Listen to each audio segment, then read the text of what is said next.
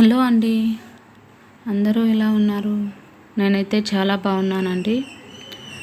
ఇవాల్టి వీడియో ఏమిటంటే, మనం దగ్గర డబ్బు లేకపోతే మనుషులకు ఈ కాలం విలువ లేదండి. ఆల్రెడీ థంబ్నెయిల్ చూసి మీరు తెలుసుకుని ఉంటారు. ఇంకా ఆ డబ్బు మన దగ్గర కి ఎలా రావాలా అనేది ఈ వీడియో అండి. వీడియో అయితే మొదటి నుంచి చివరి వరకు ఎక్కడా స్కిప్ చేయకుండా అంతా చూడండి. ఒక 5 రకాల మనీ సేవింగ్ టిప్స్, ఐడియాస్ అయితే నేను మీకు ఈరోజు షేర్ చేస్తాను. ఇంకా విజయాస్ వండర్ ఛానల్ని సబ్స్క్రైబ్ చేసుకోండి. చివరి వరకు వీడియో చూడండి. ఇంకా ఈరోజు వీడియో ఏమిటంటే, మనం అప్పుడు కాలంలో ఎంతమంది పిల్లలు అని అడిగేవాళ్ళండి. ఇప్పుడు ఎంత డబ్బు సంపాదించావని అడుగుతున్నారు. అంతలా మారిపోయారండి మనుషులు ఈ కాలము. ఇంకా డబ్బులు పొదుపు చేస్తున్నారంటే వాళ్ళని పిసినారితనంగానో, లేదా ఏదో సంబంధం లేని మనుషుల్లాగానో, లేదంటే డబ్బు పిచ్చి ఎక్కువగా ఉందన్న వాళ్ళలాగానో ఈ కాలం చూస్తున్నారు. ఆ డబ్బులు మాత్రం మన దగ్గర లేకపోతే మాత్రం మళ్ళీ మనకు విలువ ఉండదండి. డబ్బుతో అన్నీ కొనచ్చు, కానీ మనము కొన్నినైతే మనం కొనలేమండి. కొన్ని వస్తువులను కొంత అయితే మనం కొనలేము. ఇంకా అవి ఏమి కొనలేము, ఏ విధంగా మనం అమౌంట్ సేవ్ చేయాలి, ఏం డబ్బు ఉంటే మన దగ్గర ఏముంటాయి, ఏం లేవు అనేది మాత్రం నేను ఈ వీడియోలో చెప్తాను. వీడియోని అయితే ఎక్కడ స్కిప్ చేయొద్దండి. ఇంకా ఇవి కాయిన్స్ మీకు కనబడుతున్నాయి కదా, ఈ కాయిన్స్ నేను ఇయర్ ఎండింగ్ వరకు నేను వీటిని ఎత్తి పెడతానండి. మనం బయటికి వెళ్ళినప్పుడు పెద్ద పెద్ద సూపర్ మార్కెట్లకి, అదేవిధంగా బట్టలకి అలా వెళ్ళినప్పుడు మనము కాయిన్స్ మనం వేసుకొని వెళ్ళాలండి. ఎందుకంటే వాళ్ళు 99, 199, 169 అలా పెట్టింటారు కదా, ఆ రూపాయి వాళ్ళు ఇవ్వరండి. అలా కాకుండా మనమే చేంజ్ తీసుకొని వెళ్ళినామంటే వాళ్ళకు చేంజ్ ఇస్తే మనకు 1 రూపాయి అయినా మిగులుతుంది కదండి. ఆ రూపాయి ఏమవుతుందిలే అని మాత్రం మనం అనుకోకూడదండి. ఒక్క రూపాయి కలిస్తేనే కదండి 10 రూపాయలు అయ్యేది.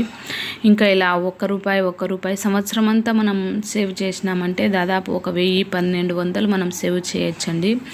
ఒక మంత్ మనకు బియ్యం కానీ, లేదంటే సరుకులు కానీ, లేదంటే సిలిండర్ కానీ అలా వస్తుందండి. ఎందుకు మనం వేస్ట్ చేయాలి?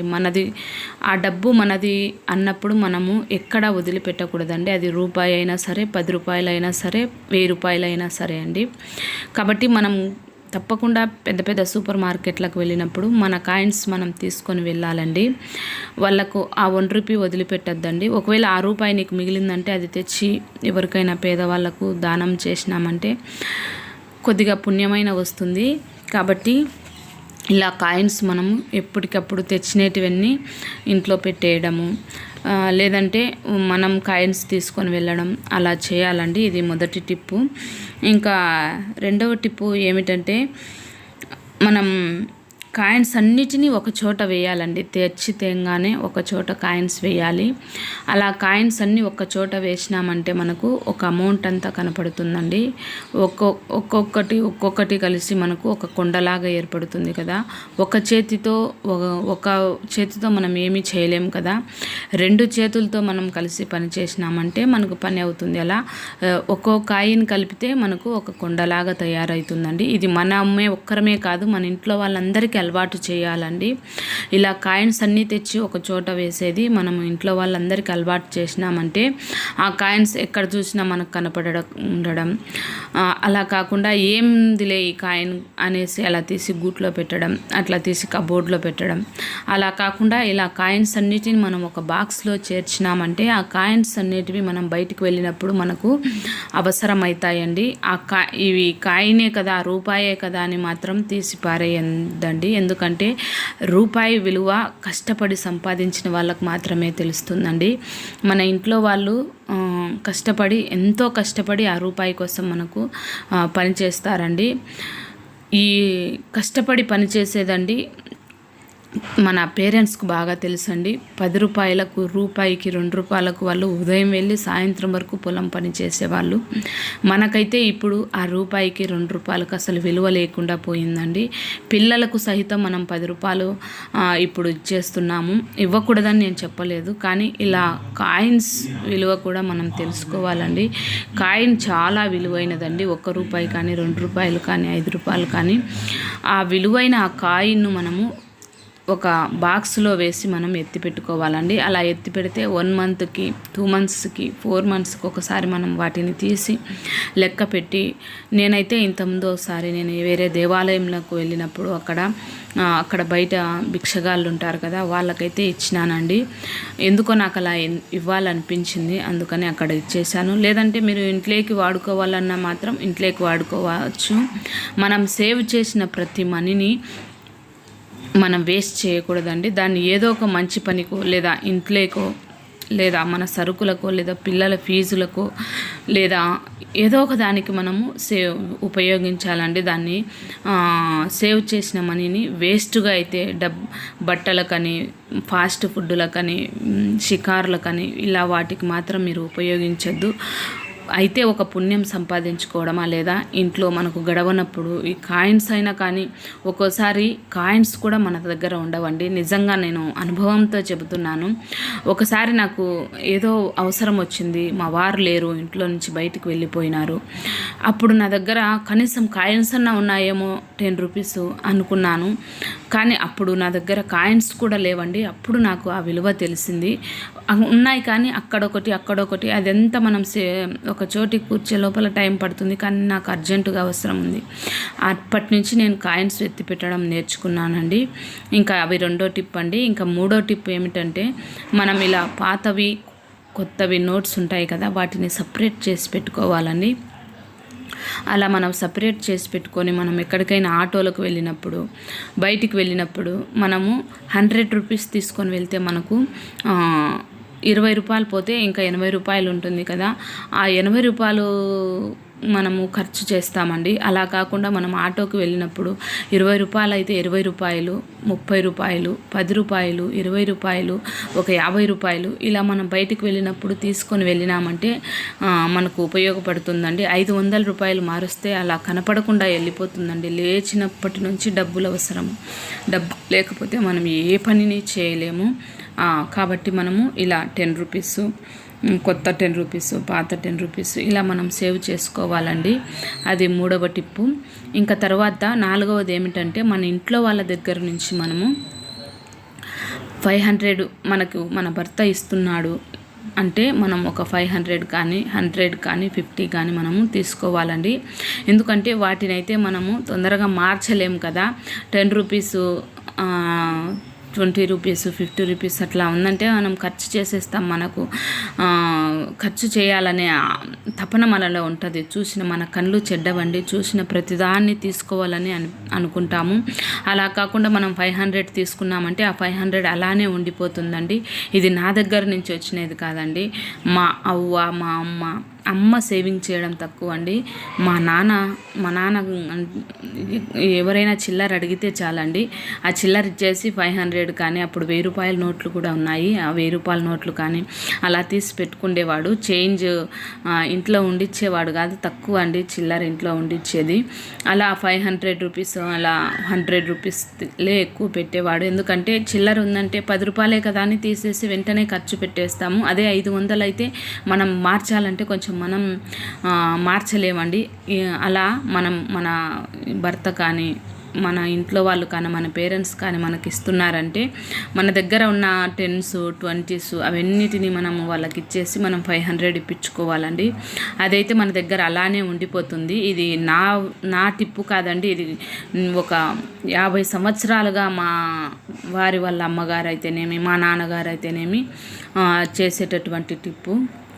ఇది నేను మీకు షేర్ చేస్తున్నాను. ఇంకా 5వది ఏమిటంటే, మనం ఒక్కరమే కాదండి, మన భర్త మనము ఇద్దరం కలిసి సేవ్ చేయాలండి. ఏదైనా పని మొదలు పెట్టినామంటే సపోర్ట్ మాత్రం మన ఇంట్లో వాళ్ళ దగ్గర నుంచి మనకు ఉండాలి. అలాంటి సపోర్ట్ లేనప్పుడు మనము ఏమీ చేయలేమండి. ఎటువంటి సేవింగ్స్ అయితే మనం చేయలేమండి. వాళ్ళ సపోర్ట్ మనకు ఉందంటే మనము సేవింగ్ అయితే తప్పకుండా చేస్తాం. నమ్మకం మనం కలిగించాలా, మన భర్తలకు నమ్మకం కలిగించాలా. ఒక 100 రూపాయలు ఈమెకి ఇస్తే ఆ 100ను 200 రెట్టింపు చేస్తుందనే ధైర్యము మన ఇంట్లో వాళ్ళకు మనం పైన కలగాలండి. అటువంటి ధైర్యం మనం కలగాలంటే మనలో నిలకడ ఉండాలి. నిలకడ ఎలా వస్తుందంటే మనం చూసిన వాటినన్నిటినీ కొనాలనే తపన మనలో లేనప్పుడే నిలకడ ఉంటుందండి. చూసిన వెంటనే మనం కొనాలనుకుంటాం. అలాంటి తపన మనలో లేకుండా ఉండాలంటే మన భర్తలు మనల్ని నమ్ముతారు. మన ఇంట్లో వాళ్ళు, మన అత్తమామలు అయితేనేమి, మన అమ్మ నాయన అయితేనేమి, ఎవరైనా మనల్ని నమ్ముతారండి. డబ్బుల దగ్గర మనం నమ్మకంగా ఉండాలి. మనం ఇంట్లో ఉండే ప్రతి రూపాయి భార్యాభర్తలకి ఇద్దరికి సంబంధం కలిగి ఉండాలి. భర్తకు తెలియకుండా భార్య ఖర్చు పెట్టకూడదు, భార్యకు తెలియకుండా భర్త ఖర్చు పెట్టకూడదు. ఇద్దరికి తెలిసేటట్లు ఖర్చు పెడితే ఒకరు ఖర్చు పెట్టినప్పుడు ఇంకొకరు వాళ్ళని దండిస్తారు, చెప్తారు. నువ్వు 1000 రూపాయలు ఖర్చు పెట్టినా వచ్చే నెల నువ్వు కొంచెం తక్కువ ఖర్చు చేసుకొని చెప్పుకునే పరిస్థితి వస్తుంది. అలా కాకుండా నువ్వు శాలరీ వచ్చిన దాంట్లో నుంచి చెరి 5,000 పంచుకొని ఇష్టానుసారంగా ఖర్చు పెట్టినారంటే అమౌంట్ని అయితే మనము అస్సలు సేవ్ చేయలేమండి. ఈ 5 టిప్పులు మీరు ఖచ్చితంగా గుర్తుపెట్టుకోండి. మీకు ఖచ్చితంగా ఉపయోగపడతాయి. మన రోజువారీ జీవితంలో మధ్యతరగతి వాళ్ళకు సంబంధించి డబ్బు పిచ్చి అని అనుకోవద్దండి. ఎందుకంటే ఈ కాలం డబ్బులు ఉంటేనే మనకు విలువ అండి. డబ్బులు లేకపోతే మనం బయటికి వెళ్ళినా కానీ మనం ఏమీ చేయలేము. కాబట్టి డబ్బు మనం ఎక్కువ అమౌంట్లో సేవ్ చేయొద్దు. మన దగ్గర ఉన్న రూపాయి, 2 రూపాయలు, 10 రూపాయలు, 20 రూపాయలు, 100, 50 ఈ మనీతోని మనము సంవత్సరానికి వచ్చే లోపల మనము 10,000, 15,000 చాలండి. మనం ఇంట్లో ఉండి 10,000, 15,000 మన భర్త సంపాదించిన దాంట్లో నుంచే మనం దాన్ని సేవ్ చేసినామంటే మన పిల్లలకి ఒక పెద్ద ఖర్చు మిగిలిపోతుందండి. కాబట్టి ఇలా 20s, 10s, coins, 100s, 50s ఎవరైనా అవి ఇచ్చిన వెంటనే వాటిని మనము ఏం కొందామా దీన్ని అని నిద్ర పట్టదు. కొంతమందికి అయితే హ్యాండ్ బ్యాగ్లు పెట్టేస్తారు. హ్యాండ్ బ్యాగ్లో పెట్టేసి నిద్ర పట్టదు దాన్ని ఎప్పుడు ఖర్చు పెట్టాలన్నా అని. అలా కాకుండా నా దగ్గర ఎన్ని పర్సులు ఉంటే అన్ని దానిలలో నేను దాంట్లో 100, దాంట్లో 50, దీంట్లో 20 అలా పెట్టేస్తానండి. అది కనపడకుండా ఉంటుంది. తర్వాత మనకు ఎప్పుడైనా అవసరం ఉందంటే వాటన్నిటిని బయటికి తీసినానండి నేను. ఇదంతా అలా ఎత్తిపెట్టినదే. దాంట్లో 20 పోపుల డబ్బాలో 20, పప్పుల డబ్బాలో 20, బియ్యం డబ్బాలో 20 అలా ఖర్చు పెట్టినదంతా నేను ఈరోజు బయటికి తీసినాను. నా ప్రీవియస్ వీడియో మీరు చూసినట్లయితే నేను వీడియోల కోసమని ఏ వంటను నేను ఇంతవరకు చేయలేదండి. నేను చేసిన వీడియోను మీకు పంపించినాను. ఈ వీడియో కూడా అందేనండి. నేను దీన్ని చాలా రోజుల నుంచి ఎత్తిపెట్టిన అమౌంట్ ఇది. మీకు కాగితాలు చూస్తుంటేనే అర్థమవుతుంది అనుకుంటున్నాను. ఎప్పటి నుంచో వాటిని ఎత్తిపెట్టి ఈరోజు అన్నిటినీ ఒక చోట పెట్టేసి నేను కలెక్ట్ చేసి నేను మీకు వీడియోని చేస్తున్నానండి. మీరు కూడా తప్పకుండా పాటించండి. ఇప్పుడు పిల్లలకి స్కూల్ రీఓపెనింగ్ అయిపోయినాయి కదా. మనం ఆటోలకు వెళ్తుంటాం, 50 రూపాయలు తీసుకెళ్తుంటాం. మిగిలిన 30ని తెచ్చి మనం ఒక చోట సేవ్ చేయాలండి. అలా సేవ్ చేస్తేనే మనకు అమౌంట్ అనేది మిగులుతుంది. లేదంటే ఒక్క రూపాయి కూడా మనకు మిగలదు. అప్పుల పాలు కాక తప్పదండి. ఓకే అండి, ఇంకా ఈరోజు వీడియో అయితే ఇది. ఈ 5 టిప్స్ అయితే మీరు ఖచ్చితంగా ఫాలో అవ్వండి. వీడియో చివరి వరకు చూసినందుకు చాలా కృతజ్ఞతలండి. వీడియో నచ్చితే మాత్రం లైక్ చేయండి, షేర్ చేయండి. విజయాస్ వండర్ ఛానల్ని సబ్స్క్రైబ్ చేయండి. రేపటి వీడియో మంచి వీడియోతో నేను మీ ముందుకు వస్తుంటానండి. అంతవరకు నా ఛానల్ని అయితే మీరు చూస్తూ ఉండండి.